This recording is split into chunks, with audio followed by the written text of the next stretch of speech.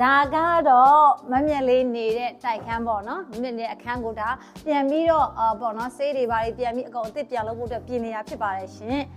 ဒါကရွှေကုန်းနိုင်လမ်းမကြီးပေါ့ဟုတ်တယ်ဒါအလဲရွှေကုန်းလို့ပြောတယ်အဲ့လမ်းမကြီးပေါ်မှာရှိတာဒီမှာနေခဲ့တာ15နှစ်ဒီခန်းကိုကြည့်ပါအောင်ရမ်းကျဲတယ်ဒီခန်းကိုကြည့်ပါအောင်ဒါအကုန်ပြန်ပြင်နေတာဘာလို့လဲဆိုတော့ဘာလို့ပြင်လဲလို့မေးရင်တော့ဒီအခန်းကိုပြန်ရောက်မှာမလို့ပါပြန်ရောက်မှာဆိုတဲ့အခါကျတော့နောက်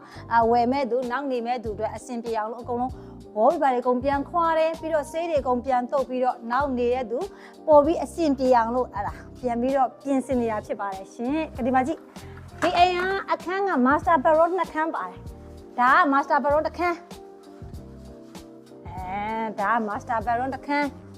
ပြီးတော့ရင်ဒီဘက်က master bedroom တစ်ခန်းဒီမှာဒါ master bedroom တစ်ခန်း sorry နော်ကိုတို့ကတော့ master bedroom တစ်ခန်းအရန်ကျဲတယ်ဒါဧကန်ဒီ area ကြီးကဒါကြီးကဧကန် area ကြီးဒါဧကန် area ပြီးတော့ဟိုဘက်ကဖျားကန်ဒီမှာဖျားကန်တက်တက်လေးရှိတယ်ဒါလေးကဖျားကန်လုံးလို့ရတဲ့နေရာဒါဖျားကန်ဒီအိမ်လေးကိုပြင်နေတာပါပြောချင်တာတော့ဒီတိုက်ခန်းကိုပြန်ရောင်းမှာဖြစ်ပါတယ်ရှင်အဲ့တော့မမြက်လေးကိုပေါ့နော်ဒီတိုက်ခန်းကိုစိတ်ဝင်စားရသူရှင်မမြက်လေးပေးကြရင်ဖုန်းနံပါတ်တစ်ခုပေးထားပါမယ်အဲ့ဖုန်းကိုဆက်သွယ်လို့ရပါတယ်ပိုင်ရှင်တိုင်းရရောင်းမှာဖြစ်ပါတယ်ရှင်ပိုင်ရှင်တိုင်းရရောင်းမှာပါလာဒီမှာဒါသမင်းစားကန်းမီးကိုကြောင်ချဲကြီးပဲဒီမှာကြည့်တကယ်အရန်ကျဲတာဒီမှာ15နှစ်နေခဲ့တာကျဲကြီးပဲဒီမှာအကျဲကြီးပဲဒါတွေကပြန်ပြီးတော့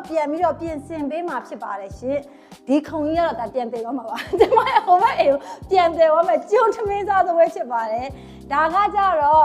ဒါက single room တစ်ခန်းပါတယ်ဒါ single room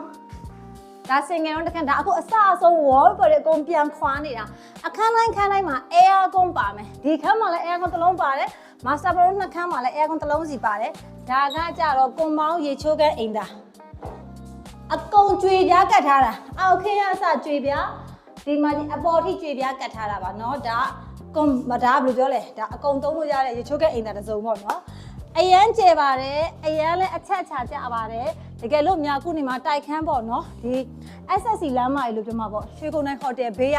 Delta Plaza ဝင်းထဲမှာဖြစ်ပါတယ်အားလေးကိုရောင်းပါပါစိတ်ဝင်စားရဆိုရင်ချက်ပေါက်ကနဲ့ဒါမှမဟုတ်ရင်ဖုန်းနံပါတ်တစ်ခုပေးပါမယ်အဲ့ရနေပြီးတော့ဆက်သွယ်လို့ရပါတယ်ရှင်အခုတော့လောလောဆယ်တော့ပြင်နေပါတယ်เนาะကျေးဇူးတင်ပါတယ်